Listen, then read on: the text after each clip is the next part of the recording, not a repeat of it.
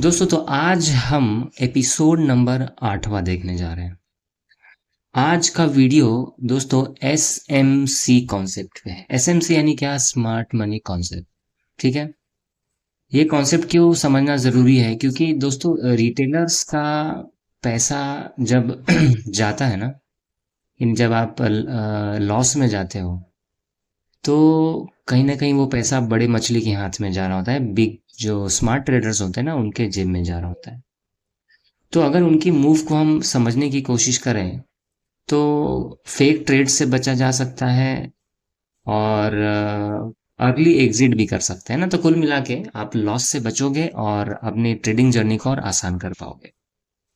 तो चलो आज शुरुआत करते हैं। ये रहा आपके सामने रिलायंस इंडस्ट्रीज का चार्ट, जो कि डेली टाइम फ्रेम पे हम देख रहे हैं। ये जो रैली है, ऑफ कोर्स देखो दोस्तों, जब कभी भी कोई रैली हो जाती है ना, उसके बाद ही समझाने में मजा भी आता है, क्योंकि ये सब चार्ट्स तो बन चुके हैं। तो अब आप जरा समझो, ये जो पोजीशन है पूरी, ये जो आपको रैली दिखाई दे रही है, सॉरी, तो ये जो आपको पूरी रैली दिख रही है, इस रैली में दोस्तों आप बॉटम और टॉप कर नहीं सकते हो। लिख के ले लो, आप पकड़ ही नहीं सकते, ये हो जाने के बाद ही समझता है। तो ये जो मूव है, इसमें हम पार्टिसिपेट कर सकते हैं। ठीक है। लेकिन दोस्तों जो ऐसे रिटेलर्स होते हैं जिनको मार्केट में कहीं से स्ट्रैटेजी सीख लेते हैं या रिस्क मैनेजमेंट नहीं पता होता है, तो वो क्या करते हैं, वो आप समझ लो यहाँ कहीं एंट्री करते होंगे इस पोजीशन पे। यहाँ पे जो हरा दिख रहा है ना, बड़ा सा कैंडल, यहाँ पे वो पक्का एंट्री करेंगे, क्योंकि उनको दिखेगा कि भैया इतना प्राइस ऊपर आ चुका है। अब उनके अंदर फोमो जनरेट होगा कि भैया अब तो ले लेते हैं, अब रुकेंगे तो मार्केट हमको प्रॉफिट नहीं देगा। तो वो यहाँ पे एंट्री मारते हैं। और जैसे ही वो एंट्री मारते हैं यहाँ पे बड़ी क्वांटिटी में, क्वांटिटी अच्छी खासी रख लेते हैं वो, उनकी जो भी लेवल होती है उससे ज़्यादा रख लेते हैं, मतलब रिस्क मैनेजमेंट गड़बड़ रहता है। अब यहाँ पे लेने के बाद अगर आप ध्यान से देखो तो यहाँ पे अच्छा खासा कंसोलिडेट हो रहा है इस पूरे एरिया में। और ये जो कंसोलिडेशन है दोस्तों, ये कोई छोटा मोटा कंसोलिडेशन नहीं है। अगर आप ध्यान से देखो तो हम ज़रा स्केल लगा के देख लेते हैं। ये कंसोलिडेशन जहाँ तक मुझे लग रहा है 5-6 महीने का होना चाहिए, है ना। आप देख सकते हो यहाँ पे, ये जनवरी से लेके यहाँ तक आप देख सकते हो लगभग 150 दिन है। 150 दिन यानी 6-6 महीना हो गया लगभग, 5 महीना तो मान ही लो। तो दोस्तों ये जो कंसोलिडेशन फेज है, इस कंसोलिडेशन फेज में एक ट्रेडर इन्वेस्टर बन जाता है। यही वो वक्त होता है जहाँ पे एक्सीडेंटल इन्वेस्टर बनते हैं, छोड़ देते हैं, वो सोचते हैं कि भैया जब ऊपर आएगा तो देखेंगे। ठीक है। अब देखो, ये पूरा जो जोन तैयार हो रहा है, इसको थोड़ा मार्क कर लेते हैं। ये मार्किंग हमने प्रीवियस वीडियोस में भी सीखी हुई है।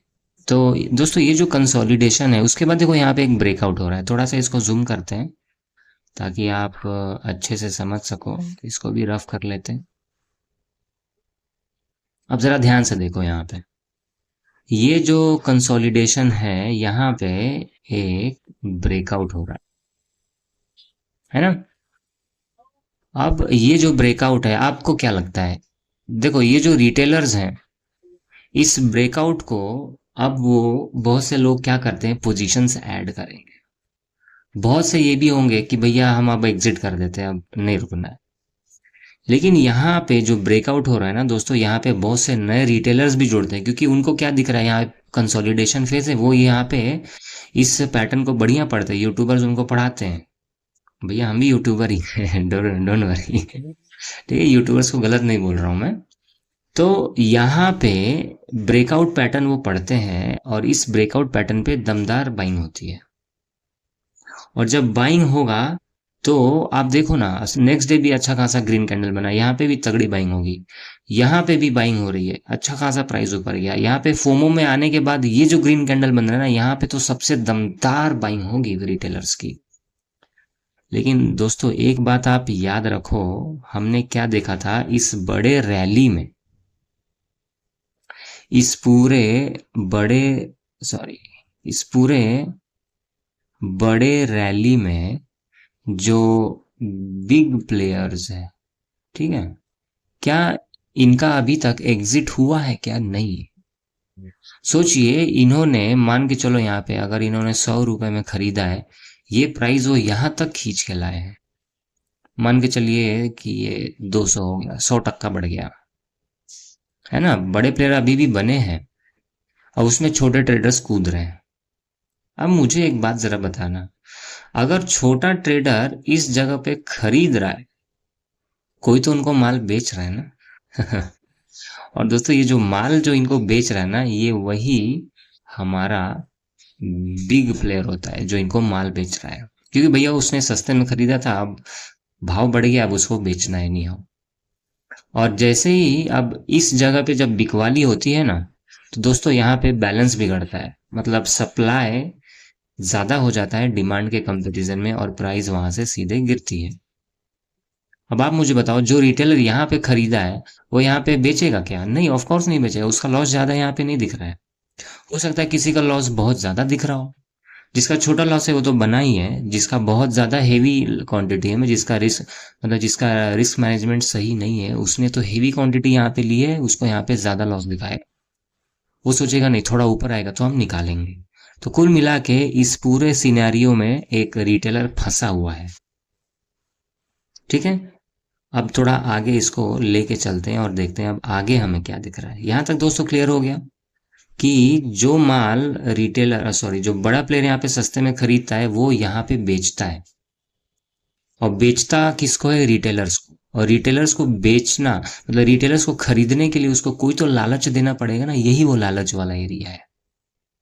ठीक है, अब थोड़ा आगे आते हैं, अब जरा समझो। अब आप देख रहे हो यहाँ पे प्राइस, एक मिनट ये रफ कर लेते हैं। ओके, अब जरा देखो,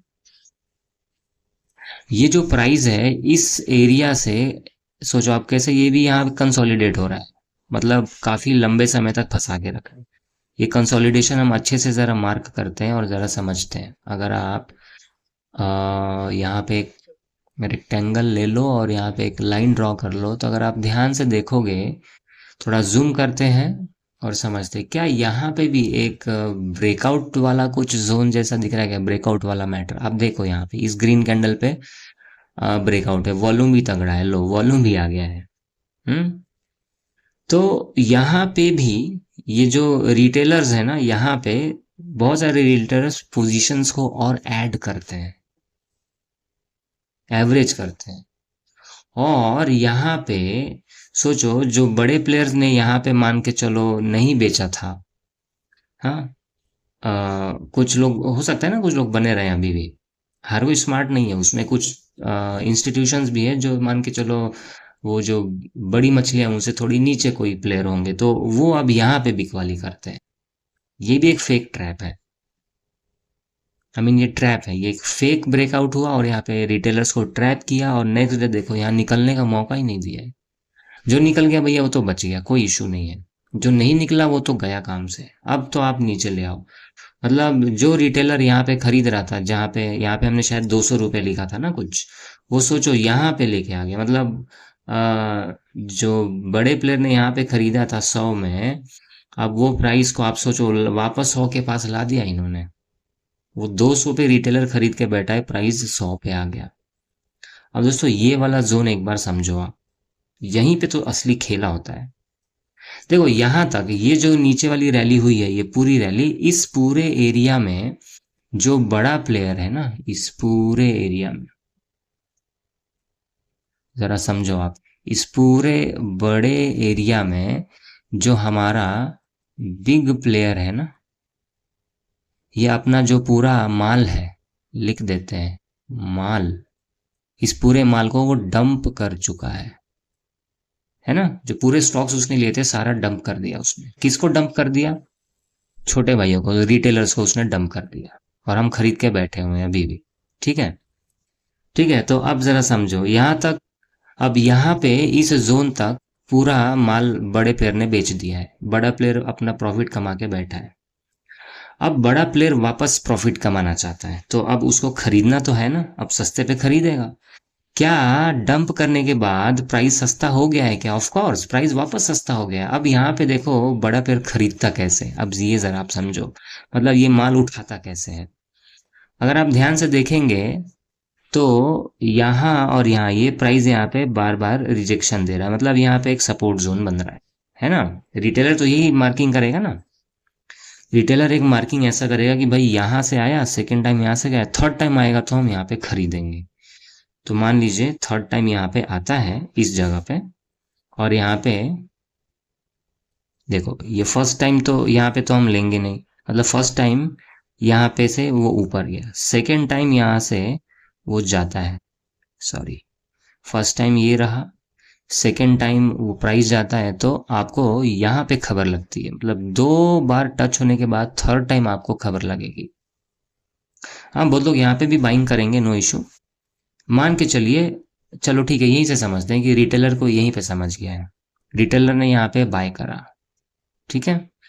अब मुझे एक बात बताइए, रिटेलर यहाँ पे ये कौन से रिटेलर्स हैं जो जिन्होंने अभी तक यहाँ पे हमने ऊपर देखा था ना, जिन्होंने पोजीशन लॉस करी थी रिटेलर्स, ये वो रिटेलर नहीं, ये नए रिटेलर हैं जो यहाँ पे अभी पोजीशंस को देख रहे हैं। लेकिन वो जो पुराने रिटेलर थे जो अभी 100 200 में खरीद के प्राइस 100 में आ गया, वो तो अभी भी लॉस में वो है यहाँ पे, वो भी यहाँ पे एवरेज करेंगे, खरीदेंगे, वो भी यहाँ पे खरीदेंगे माल।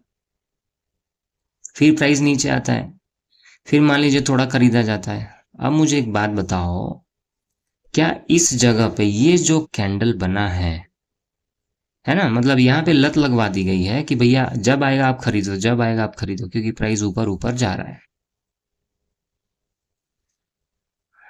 ठीक है ना। तो यहाँ पे लत लगा दी गई है कि आप खरीदो खरीदो। दोस्तों ये जो है कैंडल को जरा ध्यान से समझो, क्या ये कैंडल जब अपने पूरे चरम सीमा पे होगी, जब बनी होगी तो पूरी ऐसी रेड बैन बनी होगी ना, बड़ी सी, और जब ऐसी रेड कैंडल बनी होगी तो कितनों का स्टॉप लॉस यहाँ पे गया होगा ना। आप ध्यान से समझो, ये उनका एरिया स्टॉप लॉस था, इस कैंडल ने बहुतों का स्टॉप लॉस खाया, और जिन्होंने खरीदा था वो यहाँ पे माल बेचेंगे। यहाँ पे पहली बिकवाली शुरू हुई है रिटेलर्स के द्वारा। यहाँ पे कौन कौन बेचेगा, जो नए वाले आए थे यहाँ पे खरीदने, उनका तो जाएगा ही दोस्तों। लेकिन ये जो जहाँ पे जिन्होंने 200 पे खरीदा था, वो अब कहते हैं ना, उनकी अंदर से वो सब टूट जाएगा पूरा। अब बोलेंगे भाई अब बर्दाश्त नहीं होता, अब हम यहाँ पे सेल करेंगे।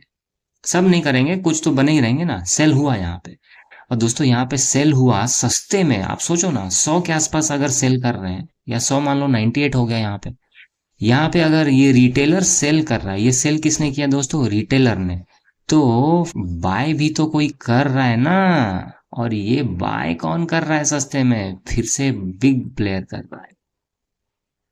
अब आइए आगे देखिए, मान लो यहाँ पे कुछ अभी भी रिटेलर्स बचे, उन्होंने देखा कि भैया नहीं, अब हम नहीं निकलेंगे, अभी हम बैठे रहेंगे। अब आप ये कैंडल को जरा देखो, ये तो डायरेक्ट क्लोजिंग दिया है इस लेवल के नीचे। क्लोजिंग मतलब अब कहते हैं ना, यहाँ पे 95% जो रिटेलर्स है, अब वो सेल करके भागेंगे सस्ते में। वापस यहाँ पे सेल किसने किया है, रिटेलर्स ने किया है। लेकिन फिर से सस्ते में बाय कौन करेगा। अब तो ये प्राइस मैं तो कह रहा हूँ 97 पे आ गया है। अब वो यहाँ पे वापस बाय कौन कर रहा है दोस्तों, बिग प्लेयर कर रहा है। देखो ना, मतलब बिग प्लेयर खरीदारी करने के लिए कैसे ट्रैप में फंसाता है। आप देखो ना, यहाँ पे गिराया प्राइस को, फिर भगा दिया। रिटेलर्स कितने मतलब सोच रहे होंगे ना कि भैया हमारे पीछे तो कैमरा लगा है, जब खरीदते हैं गिर जाता है, और निकाल लेते हैं तो भाग जाता है। और ये एक लास्ट अटेम्प्ट है दोस्तों, ये लास्ट अटेम्प्ट है। ये सब कैंडल के जो पैटर्न है ना, ये इन्हीं को लास्ट अटेम्प्ट बोलते हैं। ये पैटर्न हम समझेंगे, इस पैटर्न के बाद भागती है मार्केट मोस्टली। और यही वो लास्ट अटेम्प्ट है जहां पे लगभग 100, मतलब कह सकते हैं 99.99% रिटेलर्स निकलते हैं, सारा माल सेल ऑफ हो जाता है, और सारा माल बाय हो जाता है फ्रॉम बिग प्लेयर्स। बस तो बिग प्लेयर ने सस्ते में माल खरीद लिया, और इसी पूरे जोन को ये पूरा एक्यूमुलेट हो रहा है ना यहाँ पे। अपना जो बिग प्लेयर है वो माल एक्यूमुलेट कर रहा है, इसलिए इस जोन को एक्यूमुलेशन भी कहते हैं, है ना। इस यहाँ पे एक्यूमुलेशन जोन है, एक्यूमुलेट कर रहा है, वो जेब अभी भर रहा है, मतलब अपना दुकान में सस्ते माल भर रहा है। अब आप ये वापस वही सिनेरियो हो गया, देखो ये लोग बॉटम में ही सारा माल खरीद लिए, प्राइस जैसे ही इस लेवल को ब्रेक करता है, इस लेवल को, फिर यहाँ पे रिटेलर्स वापस आते हैं और फिर प्राइस को कंसोलिडेट किया जाता है, फिर यहाँ पे लालच दिया जाता है, और दोस्तों लालच देने के बाद फिर गिराते हैं, मतलब अभी हमने पीछे जो समझा है सेम वही यहाँ पे वापस हो। हम्म। थोड़ा खिचड़ी मिटा देते हैं। आई होप अभी तक जितना हमने पढ़ा है वो आप लोग समझ रहे होंगे। इस वीडियो को प्लीज बार बार जितना हो सके आप देखो। जब तक नहीं समझेंगे ना दोस्तों ये कॉन्सेप्ट, तब तक आप ऐसे ट्रैप्स में फंसते रहोगे और आपके जेब का पैसा बड़े प्लेयर के जेब में जाता रहेगा। ठीक है। ठीक, ऑफ कोर्स आपके भी जेब में ऐसे ही लोगों का पैसा आएगा ना जो कम सीखे मार्केट में। ठीक है। तो यहाँ पे भी वही हुआ, फिर से हम ऐसी जगह पे आ गए हैं, जस्ट अ मिनट। ओके। हम ऐसी जगह पे वापस आ गए हैं कि अब वापस यहाँ पे माल डंप हुआ, है ना, यहाँ पे सेल ऑफ हुआ, फिर वापस यहाँ पे वही एरिया आ गया, है ना, इसके नीचे ले गए, फिर रिटेलर डर गया होगा, फिर सेल करेगा, फिर बड़ा प्लेयर बाय करेगा, फिर वही ये खेला कंटिन्यू चलता रहता है मार्केट में, और वो हर टाइम फ्रेम पे दोस्तों चलता है। आप आप मेरा ऐसा रिक्वेस्ट है कि आप आज या आपको जब जब समय मिले आप चार्ट्स खोलिए, डेली टाइम फ्रेम पे जाइए और ऐसे जोन्स को मार्क करिए। हाँ, आपको एक्यूमुलेशन और डिस्ट्रीब्यूशन ये दोनों, ये मैं बताना भूल गया, अगर ऐसे जोन बना के, है ना, ऐसे एरिया में जब प्राइस घूम के नीचे गिरता है दोस्तों, सॉरी, जब वो नीचे गिरता है तब हम उसको कहते हैं डिस्ट्रीब्यूशन, मतलब माल अपने को बेचा जा रहा है। और जब वो बाहर निकलता है ऐसे, तब यहाँ पे बड़ा प्लेयर क्या कर रहा है, एक्यूमुलेट कर रहा है। तो दो जोन्स होते हैं। तो बस कुल मिला के दोस्तों आज की वीडियो में इतना ही है कि ये जो बड़ी प्लेयर है ना, ये किस तरीके से फेक ब्रेकआउट कराते हैं, रिटेलर्स को फंसाते हैं, और सस्ते में उनसे ही खरीदते हैं और महंगे में उन्हीं को बेचते हैं। ये सारा खेल मार्केट में दोस्तों चलता रहता है। ठीक है। तो नेक्स्ट जो एपिसोड होगा ना वो हम और इसके डिटेल में ले जाएंगे और समझने की कोशिश करेंगे कि जो फेक आउट्स होते हैं उससे कैसे बचा जाए, पहले ही पोजीशंस बना ली जाए। ऐसा तो नहीं कि बॉटम पकड़ लेंगे, लेकिन काफी हद तक पकड़ा जा सकता है। ठीक है। तो चलो आज के लिए इतना ही, मिलते हैं next episode. Thank you so much.